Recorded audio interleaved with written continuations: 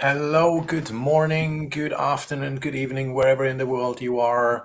Welcome to episode 3 of the Revenue Manager Summit Series from HospitalityNet and Funnel TV. Welcome, everybody. I'm so excited that you're all here today and joining us. Together with me here is my good friend Diego De Ponga from Palladium Hotels. Hi, Diego. How are you doing? Hi, Chris. As always, it's a pleasure to be here with all of you. And we have a great topic today, a hot topic, I will say, that is we're going to speak about upselling, cross-selling, and all the money that hoteliers leave on the table because we don't have the proper tools or the proper strategies in order to bring more business. Yeah, I So, think I think this is such an important topic, especially after yeah, 2 years of pandemic with a lot of pain in our industry. Now we finally see some uptake, and Expedia CEO said this is going to be the biggest summer in history. So mm, it's great news, but that means we shouldn't rest now and just hope for things to go back to how they were back in 2019. yeah, No, mm, now is the time to double down. perfect. And we're having a really fantastic panel here with us today, and a great discussion. So, make sure that you invite your friends and your connections to join in as well today. Let us know where you're calling in from. If you have any questions or comments, feel free to ask, and I will share them with the panel. Without further ado, let's have a quick introduction and see who is going to be with us today.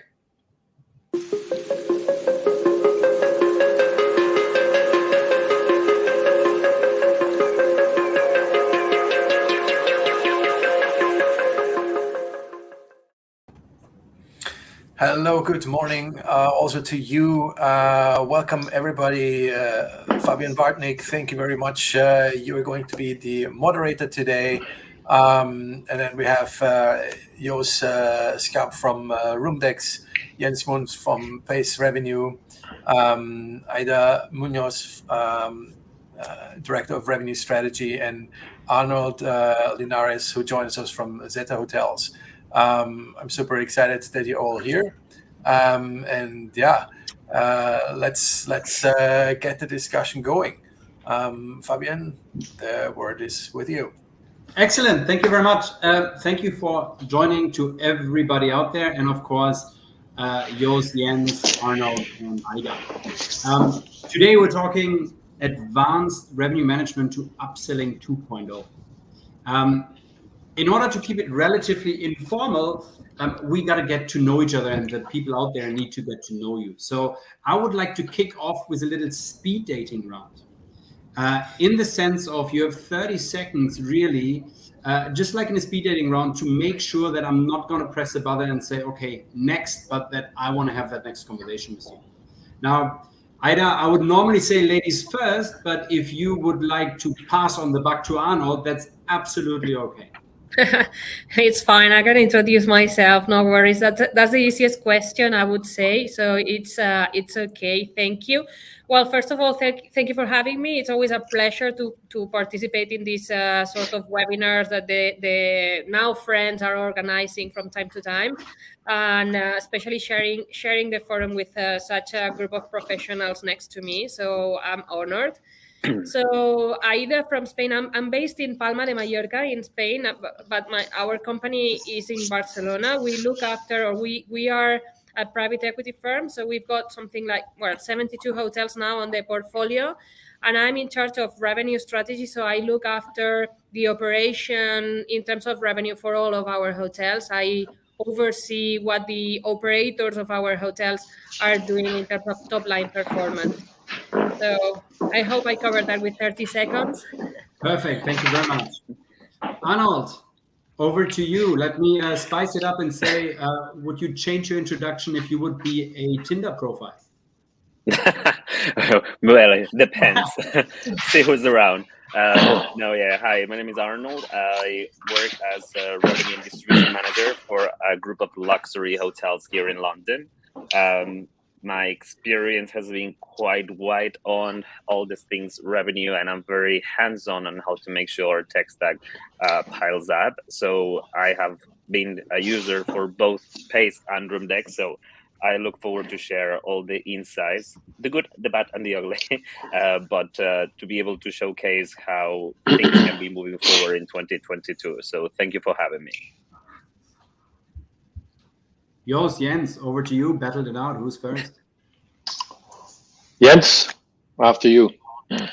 We're both gentlemen. Okay, I'll take your offer. Thank you very much, Fabian. It's great to be on the panel. Very exciting topic, very exciting people. My name is Jens Monk. I'm the CEO and one of the founders of Pace Revenue.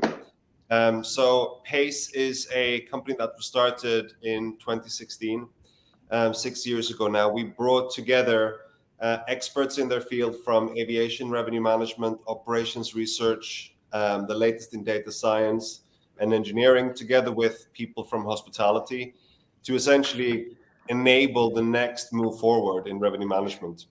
Revenue management has been around for 20, 30 years, and we think there's a ton of opportunity still untapped in the industry. We know for a fact that it's there. And I guess, some of our hypotheses have proven correct. We've grown to now just shy of 1,000 properties, and we're managing in the region of 1.5 to 2 billion euros of revenue annually. So we've grown quickly, and we think there's a ton of opportunity still. So lots to talk about. Cool. Welcome on board. Thank you. Great. So my name is Jos Schaap. I'm the CEO and co-founder at Roomdex. And prior to Roomdex, I worked for multiple years in the PMS business, where I started a company called Stay in Touch. Prior to that, I spent 18 years at Micros, where I was responsible for all hotel product development, which is named Opera. Why should you date Roomdex or actually start a long-term relation with Roomdex? Simply because we make your life easy. We are focused on upselling 2.0, which really comes down to full automation, automated pricing, no hustle to keep busy with it on a day-to-day basis. We simply allow you to generate more revenue without actually having to do anything for it. I'll date you in a second, Jos. There you Absolutely. Go. Now, 2 years have passed relatively quickly and painful, right? With COVID. And I always say complexity is the enemy of execution. So 2 years in right now, and I think, Jos, you said it really great, about we're making life easy, full automation. Have you seen a shift in hoteliers right now from, let's say, 2 years ago to today? And then a follow-up question, what do we actually have in store for the next 2 years? Like, why should I do something now and not wait another year? I mean, I think you should never wait, because change is inevitable. So you should always look for change and make those changes whenever you feel you should make them, not, try to find reasons not to do them. But going back to your first part of the question, COVID over the last 2 years obviously has had a huge impact on hotels, on travel, on anything in general. But as we can see over the last 6 months, it's also coming back very fast at us. Airports cannot keep up with the passengers. There was a lot of problems this week at the airport at Schiphol, where they simply couldn't keep up. I was on vacation last week in Hawaii, very nice place, very busy there. Everybody is out and about again. Everybody wants to go somewhere. And I think it's really key right now that hotels take advantage of that and prepare themselves for that. And the only way to prepare, given also the labor shortage that seems to be out there, is to automate things. And this is, I think, what we're going to talk a little bit about today. Automation is key, I think, going forward. Hoteliers are awakening up to that. They are looking into what can we do without having to do too much work for it. But I also sense quite a lot of reluctance still. There is still, I think you mentioned the complexity is the enemy of change. I think also control, or wanting to control, can be to some extent an enemy of change, because people are used to change the rates themselves. They're used to create upgrade offers themselves. Lots of hotels right now use revenue management systems, and they start to trust those over the last couple of years. And Jens will talk about it much more, and so will Arnold probably. But I think it's key that you let go of things that you can't really fully control, or that you cannot, you can't keep up with the computer when it comes to changing price, updating price. Why would you also not have something in the background, send an offer on a day-to-day basis to a guest about what they can buy to extend or increase the wallet you are taking from that guest? So, over the last 2 years, I think there was a lot of time for hoteliers to look into what can I do different? How can I get to that point?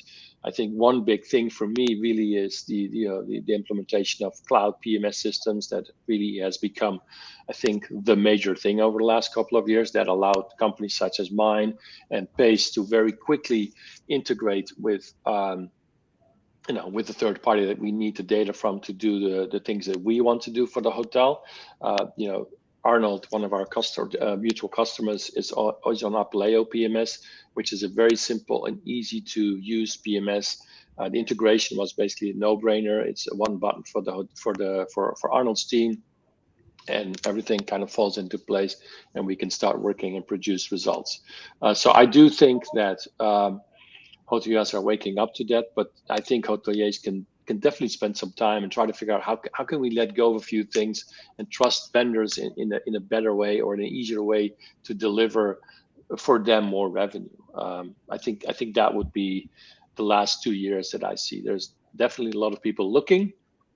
I think until early this year, there was still some reluctance. Of course, there's all these COVID variants that may change, but I think right now it's pretty clear. And you mentioned it, Chris mentioned it right in the beginning. Expedia CEO is expecting, a record year this summer. That basically means a lot of people will go to a hotel.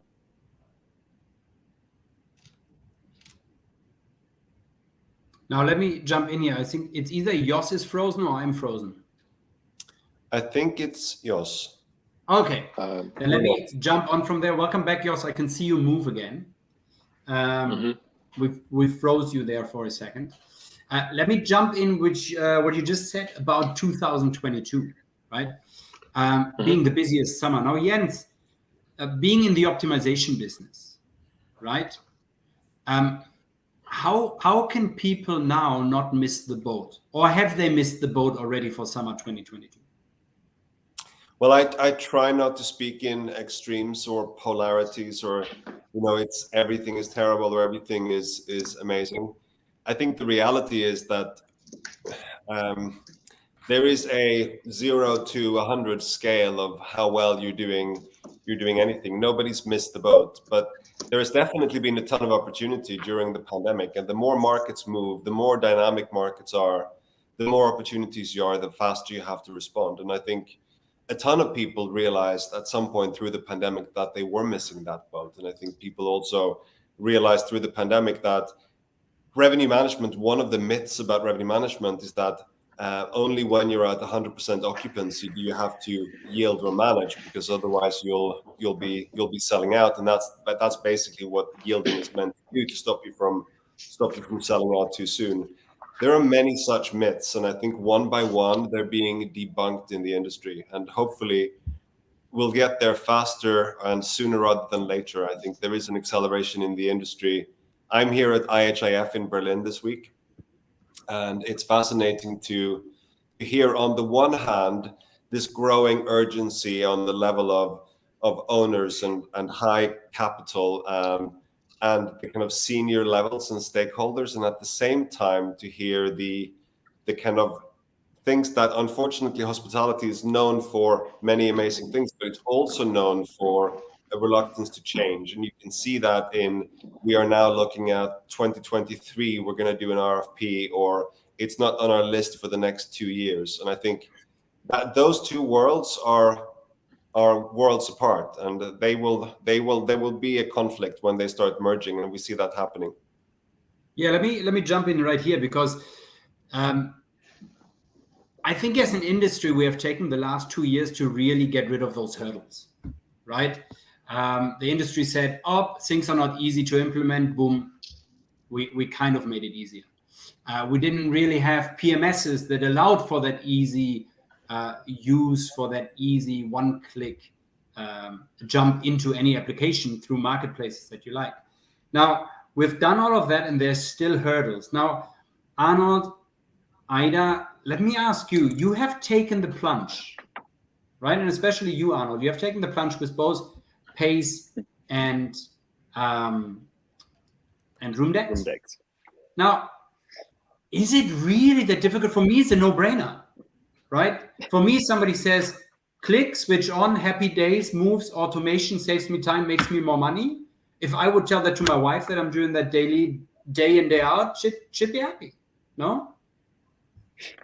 I think it's a bit more tricky when, you know, there's still a lot of skepticism into people launching into, like, you know, people are scared of the unknown in a way. And unless you are able to just get past through that first barrier, the majority of people build up themselves, you cannot see past that. Things are not as complicated as they sound. People think that automations might sound complicated. You need to do so many changes. Oh, I need to be a very intellectual, tech-savvy person. That's not the reality nowadays. You have two examples here that their product can look complicated. However, their setup is one of the easiest that I've seen. For me personally, and for the company that I work for, it's just we require to be able to move quick on our feet. We have seen the last 2 years was intense for everybody. We see how everything just goes up and down, massive roller coaster. Now you're peaking, suddenly a new variant just splashes through, and it's sometimes it just takes a lot of effort if you do the old school way of changing pricing, changing what your strategy is. So you definitely need to make sure that you have the tools available to do it quick, because if you are reactive or pro-reactive, you're able then to get that goal. People, as you mentioned, the best summer coming. This year is being smashing. London is booming as well, which usually you would think London, being such a major city, would be the one struggling. It's not the case. But if you're too late to the party, then you're definitely gonna be missing out. So you need to start thinking and changing now the way you do things. So what made you start? What made you go on that? Do you remember what triggered it? To me, I was always very clear from the beginning. I needed to be able to have a tool that I can use simple and anywhere that I am. I'm not a person that is always just a 9 to 5 that's sitting at a desk in an office. I like to be able to check things wherever the situation is. Work nowadays, you're working one day from home, the other when you have a meeting in the other side of town. You need to be able to see how things are moving. You cannot just wait that you're waiting to the office. Nowadays, we're all on our phones. You're able to, you have your iPads, and you need to just be able to tap and see how the business are. For me, it was key and paramount to make sure I get a simplified tool to do everything that I wanted. Okay, we come with a PMS that is not, it might not have been the best known. It's coming up to the market. It's coming up strong, but it has a very simple API that we know everything can be connected. My requirements has always been, I need to make sure it's a realistic two-way, because we know very well out there's all these promises of two-way connectivity that is kind of like 1.5 way more than anything. You still have a lot of that manual labor that can actually make it to have even more work than what you require. So to me, there was, those were the requirements. And when having conversations with Jens and with Joss on their systems, they always, every system promise you we are two-way, but once you get to understand the technicality of it, you definitely see that this can save your day. There's no time nowadays to just building spreadsheets from scratch and spending hours and hours of your day on an Excel. I mean, I hate Excel for a budget. I just with things that I can be done quicker and I can see my data. And then with the upselling, we've seen how hospitality has been smashed on, workforce and everything else. So we need to be able to be quick on when our customers demand. And let's be honest, since the pandemic, our consumers are more demanding than ever. So we need to make sure that we're able to exceed their expectations. We can't fall flat. Okay. If I can interject as well, I think, Arnold, when you were making this selection, you know the players in the landscape. You know the landscape quite well on the revenue side. You've been doing this for a while. So I think that's also something worth calling out, that for you, this was not just a binary, do I have a RMS or a revenue platform, regardless of the comparisons, but you did quite a bit of work there, so maybe that's worth mentioning as well. Yeah, there's quite a lot of research nowadays, and you cannot just accept the first product that just drops your way. We all know the major players. We have a lot of systems that have been around for a very long time. People seem to love them, but just because you are used to one system doesn't mean it's the best system or best approach moving forward. So for me, the first conversations with you, Jens, and your team at Pace, it was just to be able to, okay, the key parameters, what you do different is what the advantage that I can gain. And I know that the reliance of the RMS, it is a massive important tool, but a massive important tool doesn't mean that your 24 hours of the day need to be spending only on that platform, because it's just only a one-off. Everything needs to be starting to connect together. You make a bigger puzzle, but you cannot just use that one piece constantly. You're missing out on the rest. So that's when you guys are able to provide me with a system that I don't need to be checking how everything is plugged into that system on a daily basis, or making sure I just quickly log in the morning, just see what has happened overnight. Like, it's there, it's 2 clicks literally, and you get the information and the access. There are tools out there that you require still a lot of manual work yourself to get to that number. To me, the requirement was, I don't like Excel. Do not bring me Excel spreadsheet for me to manipulate and work on it, because I'll get easily very bored and I will end up really not liking it. So that's one of the number one major improvements. I don't need to be wasting my time on making a spreadsheet. The spreadsheet is done for you. You're actually just focused on your strategy. What is it that you can do next to make sure you maximize your revenues and you make that solid top line for the company? Cool. Yeah, if I may, sorry, Fabian, if I may add to what Arnold mentioned as well, because his last comment, she's very strong about, if I have automation, I can focus on strategy and make things better rather than just doing the day-to-day nitty-gritty stuff.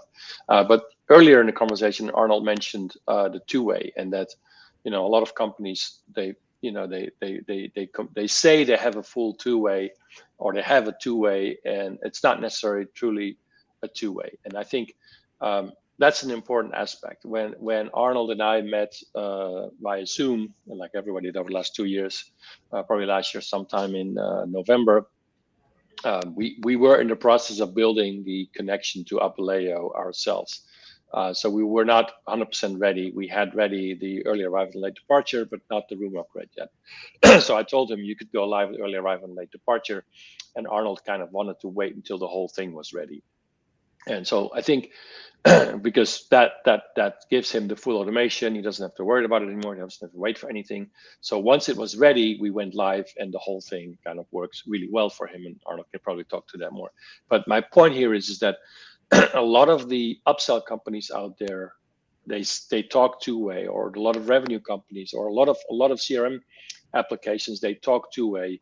But I think it's really important to achieve 2.0 upselling, revenue management, CRM, that truly is 100% two-way, which to me means everything that we need, that the application needs to know from the PMS or the CRS for that matter, flows into that application, and everything that the PMS needs to know to automate the work and the efforts in the hotel for the revenue management operations needs to go back.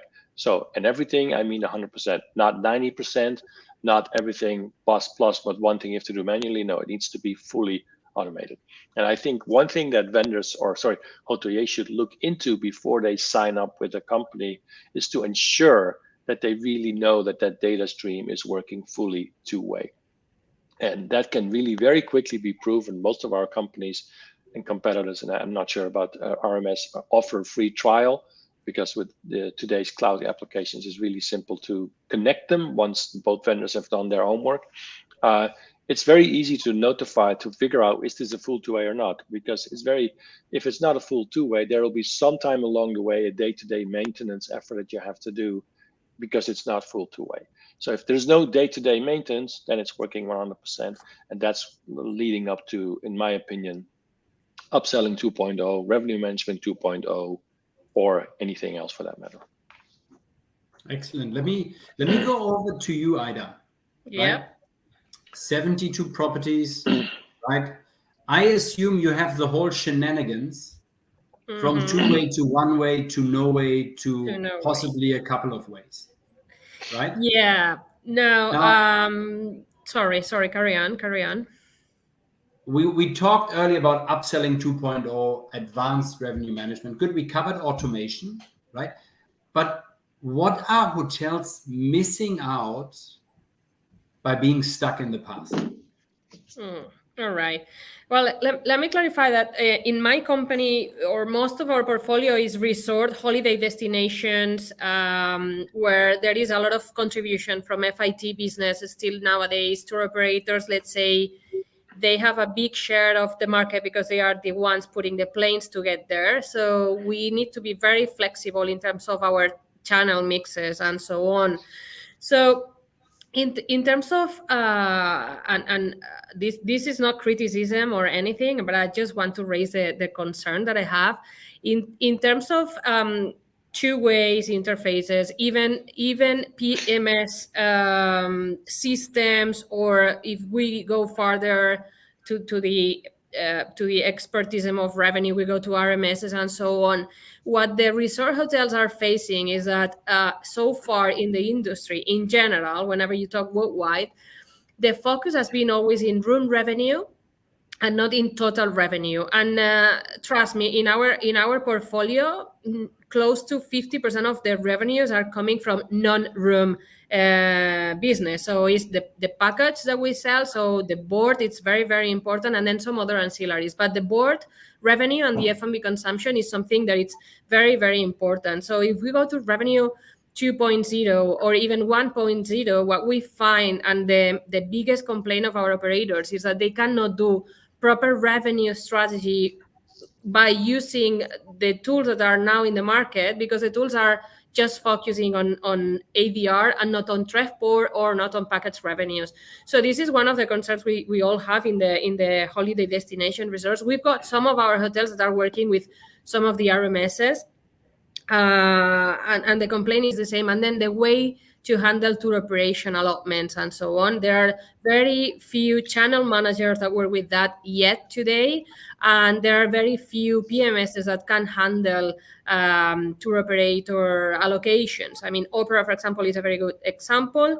In the past, you had to handle the allotments as if they were MICE groups instead of tour operations. So it was very difficult. Now it's very different, but in resort destinations is very little amount of Opera hotels or hotels with Opera.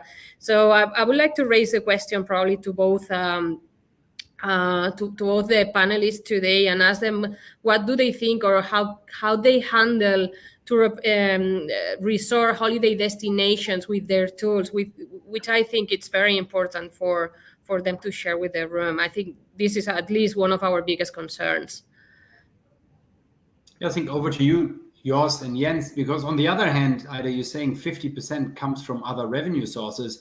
I would say happy days, have a conversation with Jost about it, because I think that's where upselling directly ticks all the boxes, no? Yeah, I mean, you wish, but the truth is that most of the revenue is already generated prior to arrival, because at the end you end up selling either all-inclusive rates or half-board rates, and this is the way you generate a lot of revenues. And then it's very difficult to upsell because most of these customers, they already booked their holidays planning not to spend an extra euro on their destination.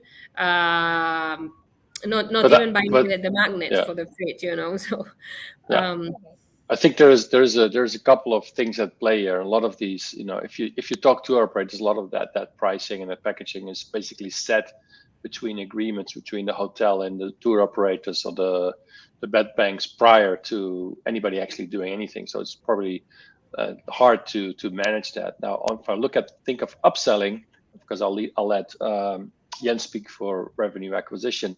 Upselling is not necessarily revenue. It's not booking acquisition or revenue acquisition. It's really adding a little bit more convenience, a little bit more revenue to booking that has already been made.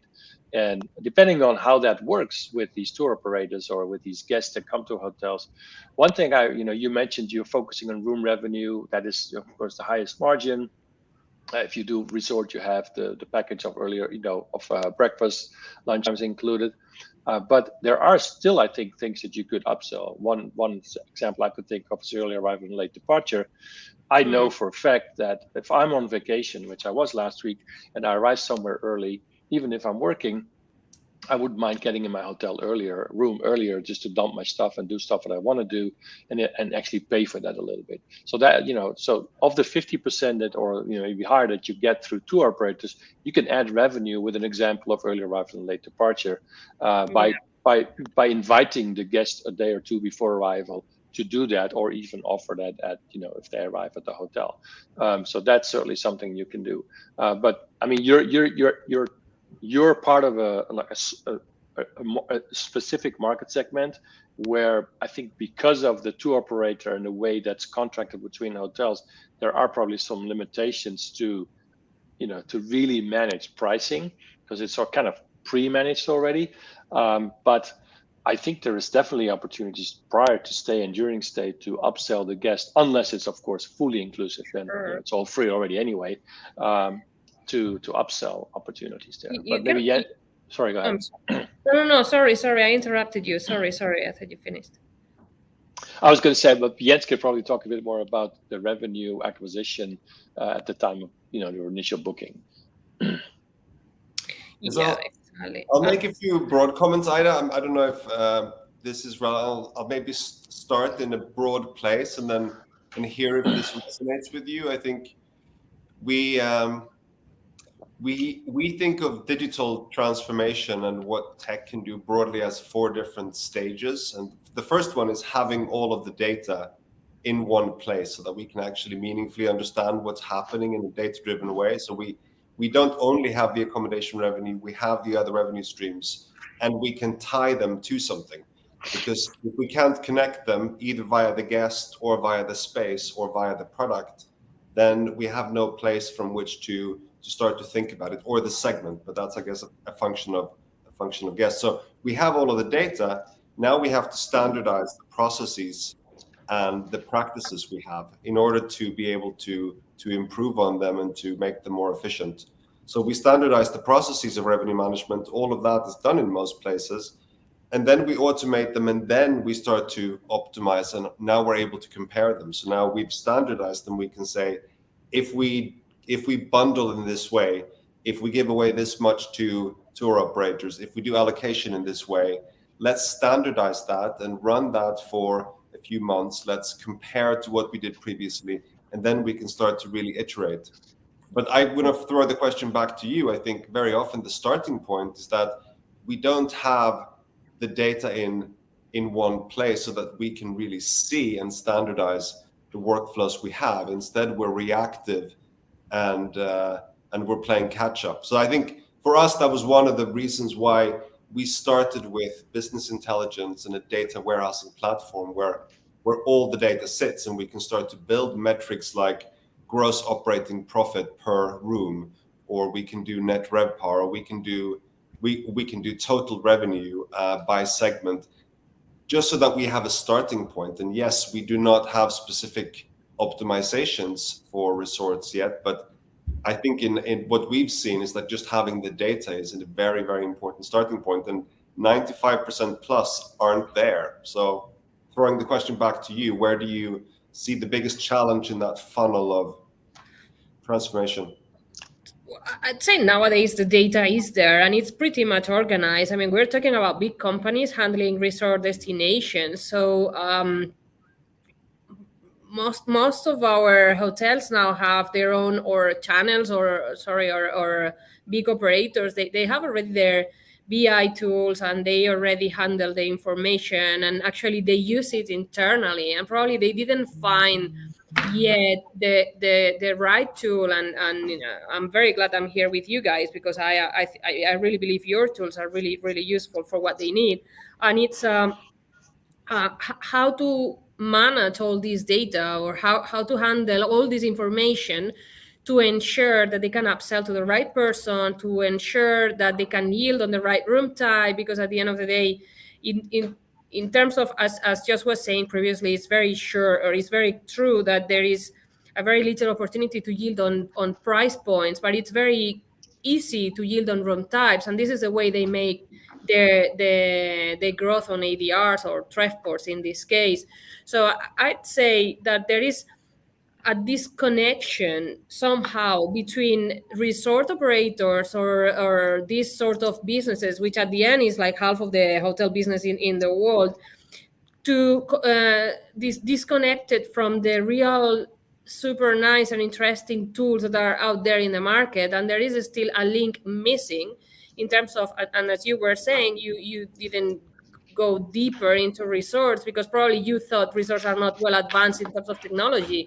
But I think the gap has been covered, especially these last 2 years with the pandemic, when you know, when there is scarcity, you look for creative solutions, and now they are more willing to go for tools that they probably wouldn't have thought in the past, and they now see the ROI of all the investment on technology.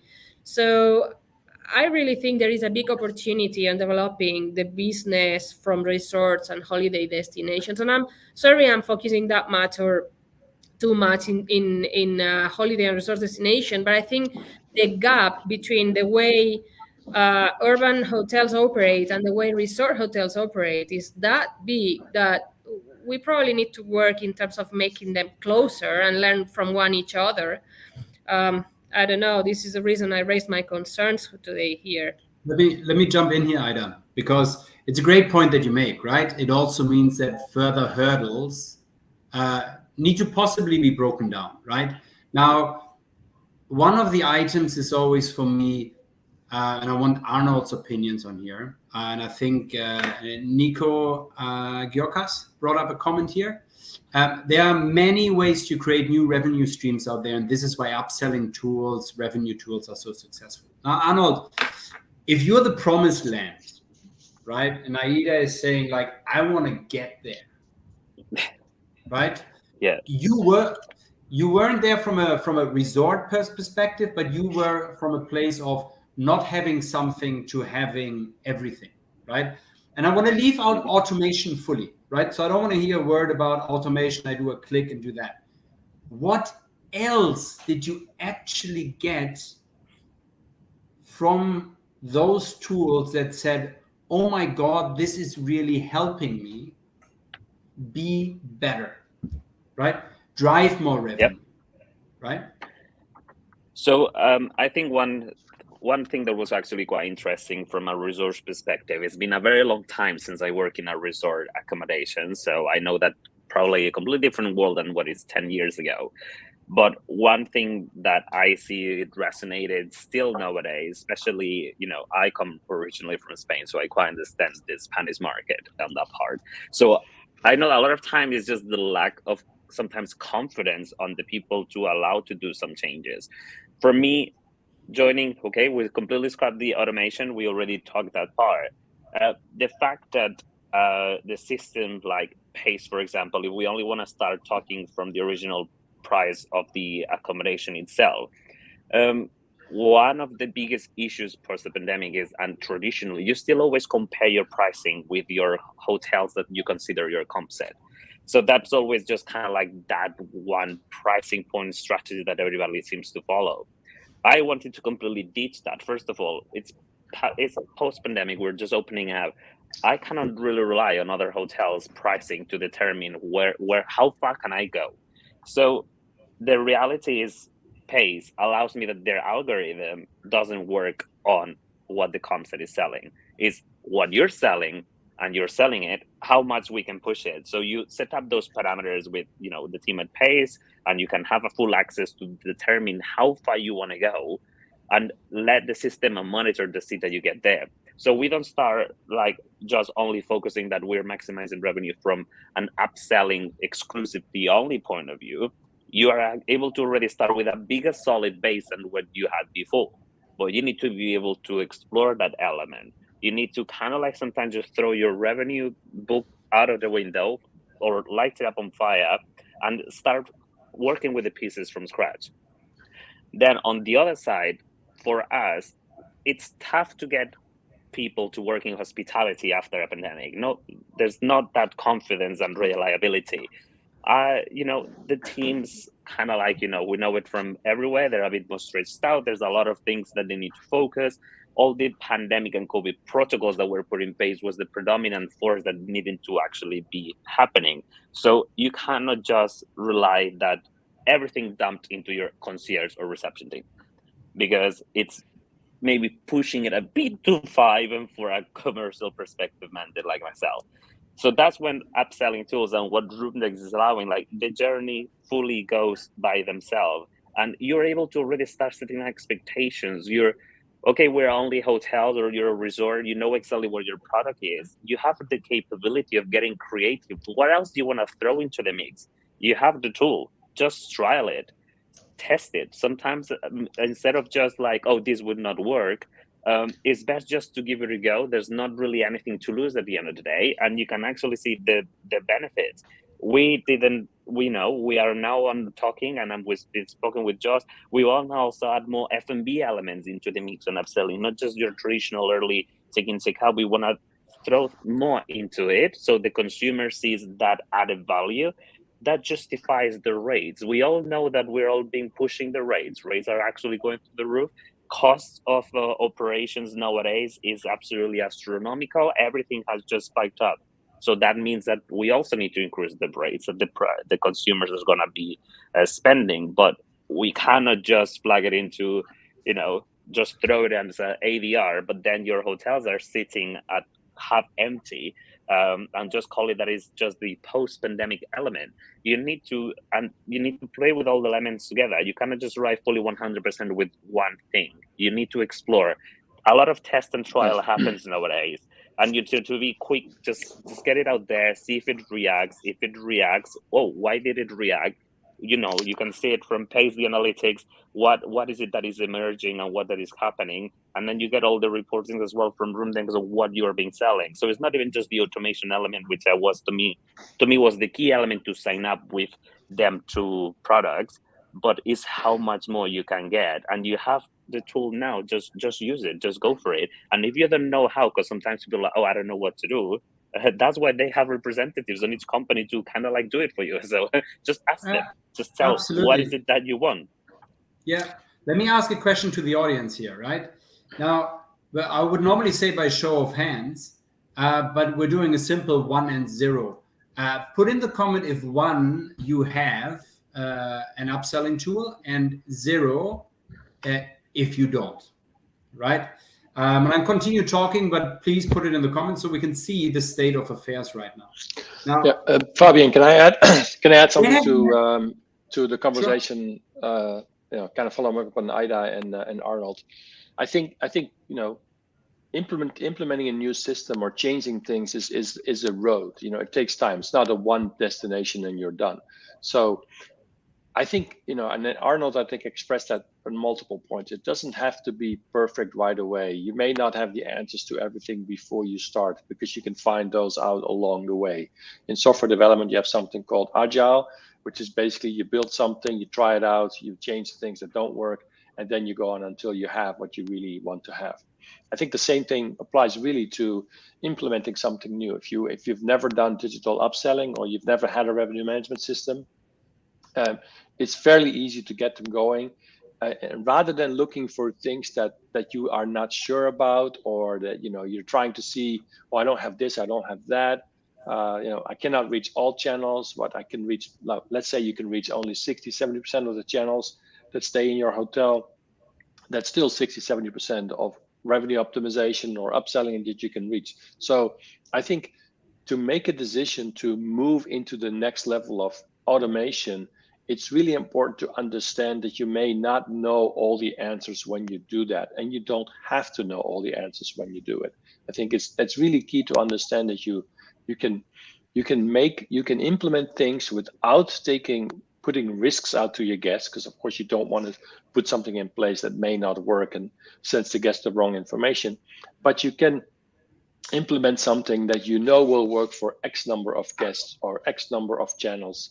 And from there, you can improve or open it up to other channels. I think it's really important to understand that software grows, automation grows, and it doesn't have to be perfect on day one. It just has to be shouldn't have any errors, but you can improve and add capabilities as you go along. 100% right. Sorry, Jens, you wanted to say something? Well, I was going to throw in, agree with that, by the way, Jos, very important point. This iteration is a super important point. I wanted to throw in some comments from IHIF this morning. Sebastian, CEO of Accor, was talking to the wider audience in one of the big keynotes, and I think it could be interesting for everybody who's not in Berlin for this week. So he mentioned, let's be joyous that we've come out of the pandemic, but let's not be blind and foolish about what's ahead of us. So there's inflationary pressures, there's recession on the horizon, there's Ukraine, China, there's lots of geopolitical issues and microclimates that are against us. So I think what that means is the level of urgency that we had during the pandemic, we need to keep that. Hospitality for the next 12, 24 months will not be a Garden of Eden. It will be a savage garden of competition. And we need to really take advantage of the smorgasbord of tech platforms and solutions that are out there and use them to our advantage so that we can improve and take advantage of the opportunities that are there. Every single hotel group has 10-20% in front of them in terms of opportunity by various means, by efficiency generation, upselling, smarter distribution, smarter yielding. All of these are almost in every case we see 9 out of 10 of those are unexploited. 100%. When I talk to our clients, I generally say we're now in a moment of agility, right? And what we need to forget is this big chunk. It's like losing weight, right? Or going for a run. You put on your sneakers. That's number one, right? And it's the same with tech these days. Jos, you mentioned the free trial, right? It's a no-brainer because nobody is gonna put you on trial if afterwards you would say, no, it wasn't for me, right? But it's this testing, trying, doing that. It's this perceived complexity of I need to change my life and get married with all of you. That is kind of the biggest hindering block.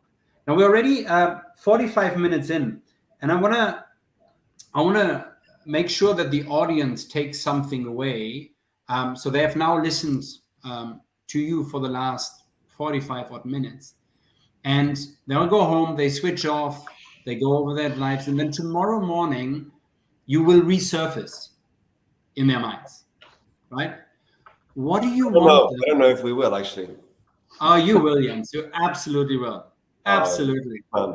If you haven't, you still have about 5 minutes to make that impact. So if you have like this one thing that they can do tomorrow on Friday, right, to get the journey started, to put on the sneakers, to put that chocolate bar away, right, to start implementing those items, what would it be? And then Arnold, I want you to finish off to say, how did you put on the sneakers for the first time, right? Or not all at once, guys. No. Who's going first? Well, I'll go first then. So I think on our side, it's really simple. Start the free trial. Call us up and start the free trial. It's that simple to install, especially if you are on one of the PMSs that we do support at this point. It can be done very quick. Second of all, I think it's really important to understand that Upsell is probably one of the easiest applications to show ROI to your owner, financial controller, whoever needs to decide on the financial aspect of the application. I always say to my, I feel it's like upsell software in general can really, for every dollar that you pay the upsell vendor, generate 10, 20, 30 more dollars back to you without you having to do actually anything. So if that doesn't wake you up tomorrow morning and puts that back in your mind, because to me, that's the most simplest value for money opportunity that I can see out there for you. So sign, Perfect. Call us for a trial. You guys, you heard it. It's on record on the internet forever. Free trial from Jos. You make a 10x return. How long is a free trial, Jos? 30 days. How long does it take to implement you? Let's say I have the right PMS. It takes I would say per hotel an onboarding call of 30 to 45 minutes, and then around 2 hours total effort time of the hotel to make sure everything is what they want. Then switch it on. Once it's live, there's no ongoing work required. The ROI shows within usually 2 days. Okay, so if you decide tomorrow morning you call Joss on LinkedIn, by Monday lunchtime you are live. Possibly. We can make that happen. Right? Yeah. That's how quick 2021 post-COVID works. Jens, over to you. How do you want people to wake up and think of Jens? In the best possible way. No, I think I have two things people should think about to take away. I think it's really good to have concrete takeaways. Let's start. I'll have a low tech and a high tech. The low tech one, I think tech companies always give the solution of use tech and everything will be okay. So I'm going to add a no tech one, a low tech one, which is just simply over the next month, set yourself one metric, one specific metric or one goal, which is data driven, and say, we want to reduce the commission costs associated with this segment, or we want to increase the ADR of this segment, or increase total revenue. And then have your team come up with 2 or 3 different ways of achieving that and measure their impact. And at the end of it, decide which one was the better one. And I think what you're doing there is you're beginning to start a culture of being data-driven, where you have a goal, a clear goal, and you have different ways of achieving it, and you measure the impact. So that's the low-tech one. The high-tech one, I'm going to just copy Jos there. I think we're only a phone call away. We spoke to a large group recently. They sent us a token with one of the cloud PMS providers. 4 hours later, they had an account in their email, in their inbox from us, with forecast for the next 365 days for all of their 20 room types in that property. So that's our record is between 3 and 4 hours for a fully live account. And you can very easily convince us to have that at no charge and to have that for a month. But we have monthly contracts anyway, so there is very little risk in working with us. And I think the lowest risk of all is to have a half-hour phone call with the leading providers. People should be doing this every 3 months. We should be speaking to the top providers, even if it's just to say, checking in, what have you done since last? What new customers do you have that are like me, etc. So those are low tech, high tech. Take your pick. Excellent. Thank you very much. Now, Arnold, Ida, over to you. Yeah, well, I'd say the most important thing is to get to know what there is out there in the market for you to be helped in terms of IT and data management and so on. You cannot believe as an hotelier that you can do everything on your own. And I think this is a key topic to be shared with the audience. I mean, I know some hoteliers that they believe they don't need an upselling tool because they think that they can upsell by themselves, or they don't analyze the data as much as possible because they think they're already doing the right job. And I think these sort of tools, like the both we are seeing today here, or we're sharing the space with, are clearly showing that the ROI that you get from investing in these sort of elements for your IT structure is really high. So I'd say just get to know what is out there, try them. I mean, everybody's kind of offering almost for free or barely paying anything. So go and give it a try, experience yourself whether it's worth it or not, and then take the decision. But just don't think you don't need to do something like that. And then second, I think there is a huge opportunity still nowadays to get to improve your ADR or actually your RevPAR performance by doing smart things that are not that difficult anymore. So just be aware on what is out there, benchmark, get to know what the others are doing as well, and try to be ahead of the other ones, basically, just to get the share that you need. Thank you. Now, Arnold, was it painless? Was it fast? Was it amazing? So as Marcus said, because what they're saying is actually true, and that was one of the main reasons the success story from my side comes into place. We installed First Pace. I have installed RMSs in the past, and first it takes forever to set up all your bloody rates everywhere. and then you're with trialing and checking the pricing still not right, what needs to be adjusted. One thing that Jens know that I was extremely impressed, and that I was impressed by them, was the fact that the installation happened on that same day, and we installed 3 hotels in one same go, because it was like, okay, one after the other, let's just plug them in, get them out there.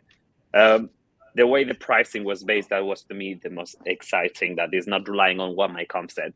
It's a war out there. Everybody's just like trying to cut through everybody. Like, we didn't want to participate in that.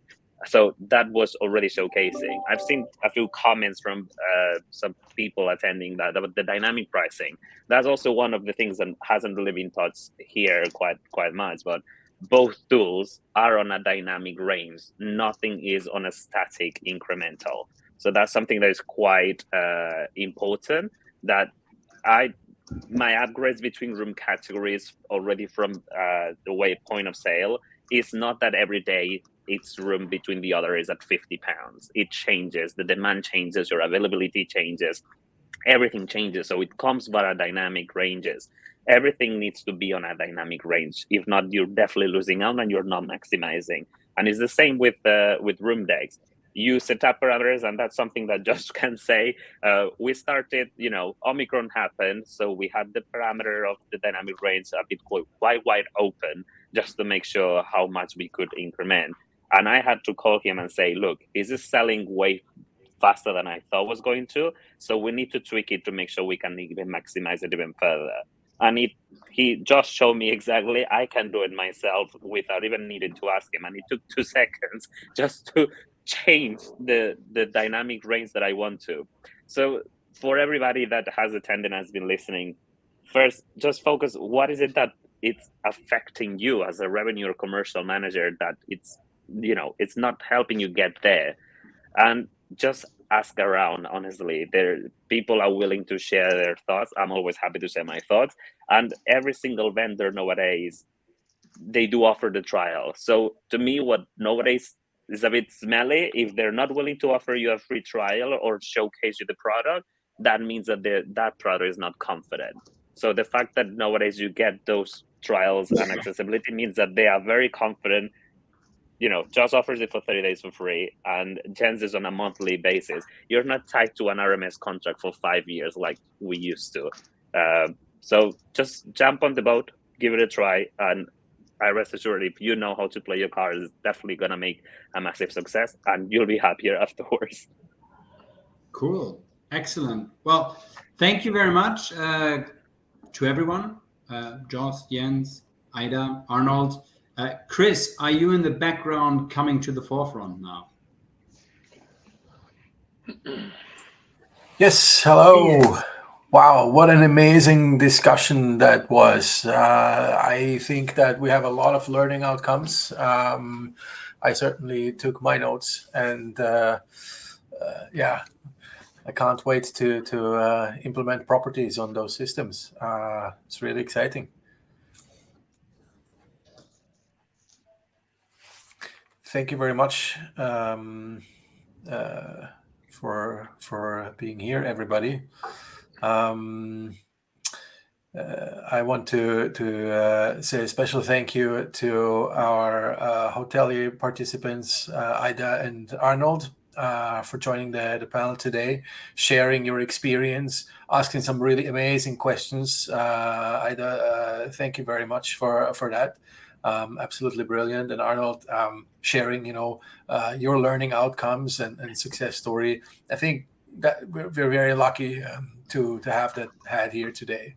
And of course, Jos and Jens, you really contributed a lot of know-how today. Thank you very much for that. And special thank you, Fabian, for your kind moderation of today, for jumping in at the last minute and preparing some really amazing questions and leading the discussion. So I want to thank you very much. And I want to bring back now my friend Diego, and Henry Rawlings from HospitalityNet joins us as well here now. Diego, what do you think about this? Yeah, it was. Thank you very much for every panelist. I think that it was a great topic today. From my side, I will point that for my opinion, there's 4 levels in order to go from this 1.0 to 2.0 stuff. That is technology. I think that hoteliers needs to invest a lot of money in technology, write the correct technology, and try to always have not a provider, have a real partner there in these technologies platforms. Second, training. I think that you need to train your people a lot. Upselling must be part of the ADN of the companies, like the culture of service. We need to have this culture also in our companies.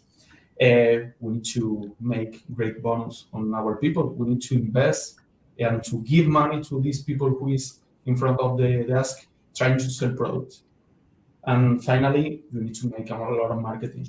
You need to show to your guests what you are offering to them. Sometimes we have a lot of wonderful packages in our resorts, and the client doesn't know that we have that for sale. So I think that these are, from my opinion, the 4 levers that can bring you to this 1.0 stuff, to the second 2.0 new reality. And last but not least, I think that we need to change our KPIs. We are totally focused on RevPAR, and we are missing and leaving a lot of money in the company only to focus on the RevPAR. We need to change our minds. We need to change our technology sometimes to get this RevPAR that is really important nowadays. We have been really tough times through the pandemic. We learn how to find money everywhere, try to gather more money in every single aspect of your hotel. We need to focus. We need to stay focused on that.